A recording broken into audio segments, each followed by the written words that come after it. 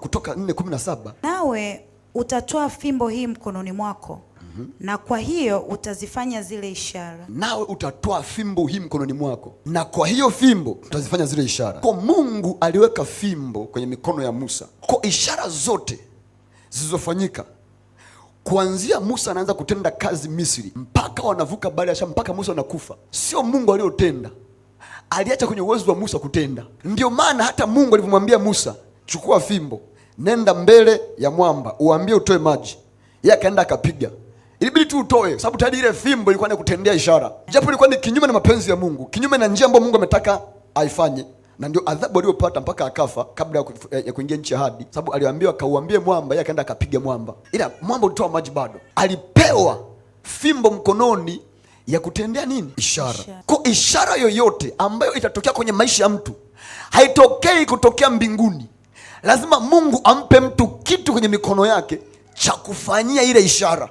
Hatusubiri ishara tuzitende, tunafanya kitu kutenda ishara. Mungu alimwambia Musa, toa fimbo hii mkononi mwako, na kwa fimbo hii utazifanya ishara. Ndio maana ukienda kusoma Isaya 11:1-3 unasemaje? Basi litatoka chipukizi katika shina la Yese, na tawi litakalotoka katika mizizi yake litazaa matunda, na Roho wa Bwana atakaa juu yake, roho ya hekima na ufahamu, roho ya ushauri na uweza, roho ya maarifa na ya kumcha Bwana.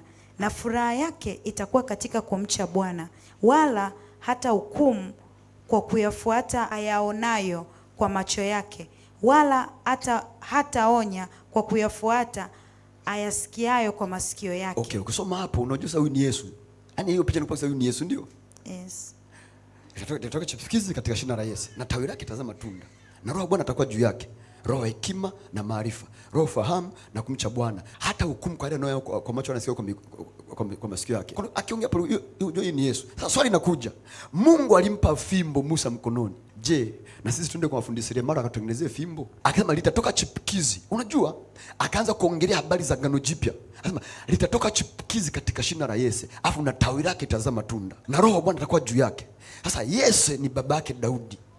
Litatoka chipukizi katika shina la Yese, shina ni Yese. Litatoka chipukizi ni Daudi, na tawi la chipukizi Yesu mwana wa Daudi litazama matunda ambao ni sisi. Sasa unakuja jiuliza, okay, sasa ukisoma kwenye tafsiri ya Kiingereza ile fimbo, na hapa anapoongelea litatoka chipukizi na tawi lake, ile tawi linaongea rod vile vile kama kule kwenye fimbo ya Musa. Sasa nakuja, je, namchukua Yesu natembea naye ndio nakuwa nampigia kama Musa alivyopiga mwamba akatoa jamii, nampiga Yesu namgongesha Yesu. Sasa Yesu anakuwa naye mkononi kama kitambaa, namgongesha Yesu kwamba bali pasuka. No, Mungu akatafuta namna nyingine. Ukienda kusoma Yohana sura ya 1 mstari wa 1 hadi wa 5, hapo mwanzo kulikuwako neno, naye neno alikuwako kwa Mungu, naye neno alikuwa Mungu. Huyo mwanzo alikuwako kwa Mungu. Vyote vilifanyika kwa huyo, wala pasipo yeye hakikufanyika chochote kilichofanyika.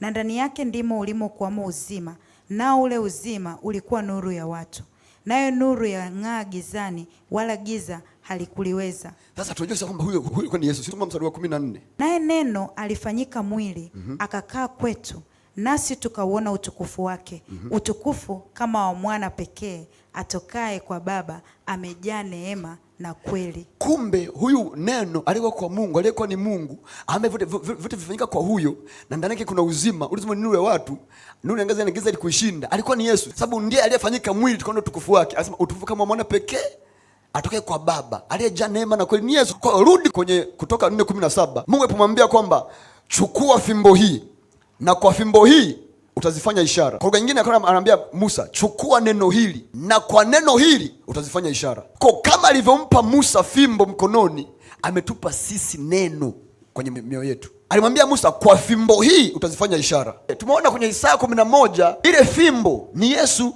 Yesu alisema, ikiwa wameufanyia mti mbichi namna hii, utakuja kwa mti mkavu. Yeye anajifanyisha na mti, yeye sema ni mti wa uzima. Kwa ile fimbo ya Musa ilikuwa ni Yesu. Katika Agano Jipya amewekwa ndani ya neno. Alimwambia Mungu, akamwambia Musa, litwae neno hili, na kwa neno hili utazifanya ishara. Ndio maana hakuna mahali popote pale duniani ishara yote itakayofanyika bila neno kuhusika, haipo. Kwa hiyo ndio maana ukilichukua neno ukalifanyia kazi, inazaliwa ishara. Sababu chukua fimbo hii, chukua neno hili, na kwa neno hili utazifanya ishara. Kwa ukitaka kufanya ishara yoyote, tafuta neno kwenye hilo eneo afu uliishi, automatically utaifanya ishara. Ishara, maajabu na muujiza haisubiri kufanywa, hatusubiri ifanyike, ila tunaifanya ifanyike. Tunaifanyaje ifanyike? Kwa kulichukua neno na apply. Musa alikuwa anachukua fimbo anaitumia. Nyosha fimbo juu ya nchi ya Misri, itatoa mavumbi yote, atakuwa vyura, atakuwa ishara zote unafanya kwa nini? Kwa neno.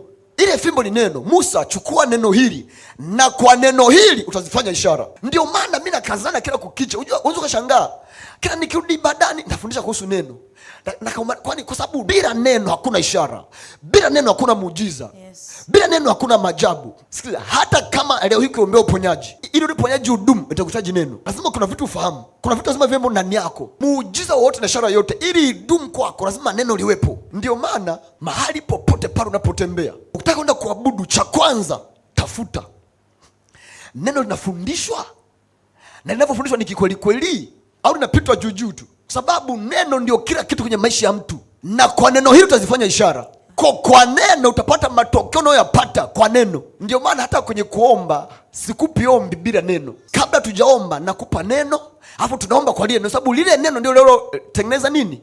Ishara. Ombi lolote ukiomba bila neno kuhusika, ile ombi halijibiki. Yohana sura 5 anatuambia hivi, ikiwa tukiomba sana mapenzi yake atusikia, na kama atusikia basi tunazo zile haja zote tunazo muomba. Na mapenzi yake ni nini? Mapenzi yake ni mawili tu, omba kwa neno lake na kwa jina lake. Kwa nini ni mawili? Anasema hivi, mimi ni Mungu ninayetazama neno langu nipate kulitemeza. Pia anasema ombeni lolote kwa jina langu. Kuomba sasa ni mapenzi yake, maana ni mapenzi ya Mungu namna ya kuomba. Mapenzi ya Mungu kwenye maombi lazima kuna vitu vilivyopo, jina lake na neno lake.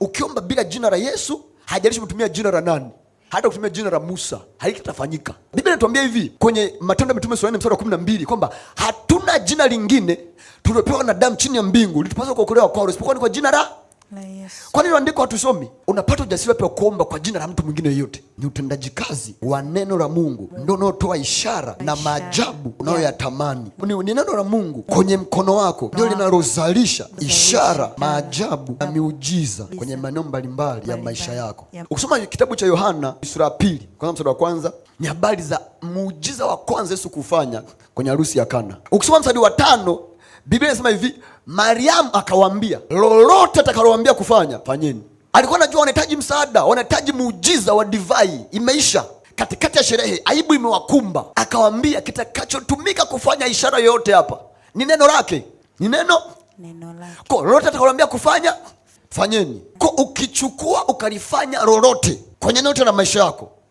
kuna muujiza unafanyika. Kwa ukisoma Biblia, lolote atakalo kuingia ndani yako, ukisikiza mahubiri yote na kuingia ndani yako, liishi. Shida inapokuja ipo kwenye kufanya, kwenye kwanza kuishi, na pale ndipo muujiza unapofichwa. Unapofanya kile ambacho neno linataka ufanye, unapofanya kile ambacho neno limeamuru kufanya, unakuwa kwenye hali yote ile ya maisha yako, unakuwa umechukua ule uaminifu wa Mungu na kumfanya Mungu atimize uaminifu wake. Sababu Biblia inasema yeye ni mwaminifu na wa haki. Yeye ni mwaminifu, ukishafanya upande wako lazima haki ya kwake imdai afanye upande wake. Sikiliza, hakuna namna ambavyo Mungu anaweza kaacha kufanya. Hakuna namna. Sababu amefungwa kwenye uaminifu, amefungwa kwenye haki. Anabanwa na sheria ya uaminifu, anabanwa na sheria ya haki. Ukishatimiza upande wako, lazima sheria na yeye imtake kutimiza upande wake. Labda uelewe hivi, kuna maagano mawili, agano la kale na jipya. Sisi tuko ndani ya agano jipya. Chochote kile ambacho kinafanyika kwa mwanadamu kupitia neno la Mungu kinafanyika kiagano, na neno lolote ni agano. Kwa unapotii neno lolote, maana umetimiza upande wako wa agano.